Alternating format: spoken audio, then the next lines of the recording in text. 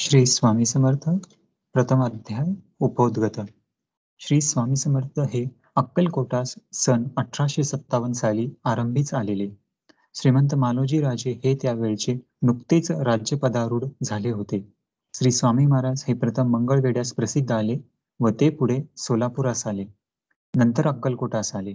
नंतर अनंत लीला करून काशी राममेश्वर पावतो हजारो लोक श्री स्वामी महाराजांच्या दर्शनास येऊन पुनीत होऊन गेलेले आहेत. महाराजांच्या वेळचा प्रत्येक शब्द व त्यांची प्रत्येक कृती चमत्काराची असे. नित्य शतशः चमत्कारांच्या गोष्टी घडून येत. कोणी त्या गोष्टी लिहून ठेवल्या असत्या तर आज महाराजांच्या चरित्राचा भागवत भारतासारखा मोठा ग्रंथ झाला असता.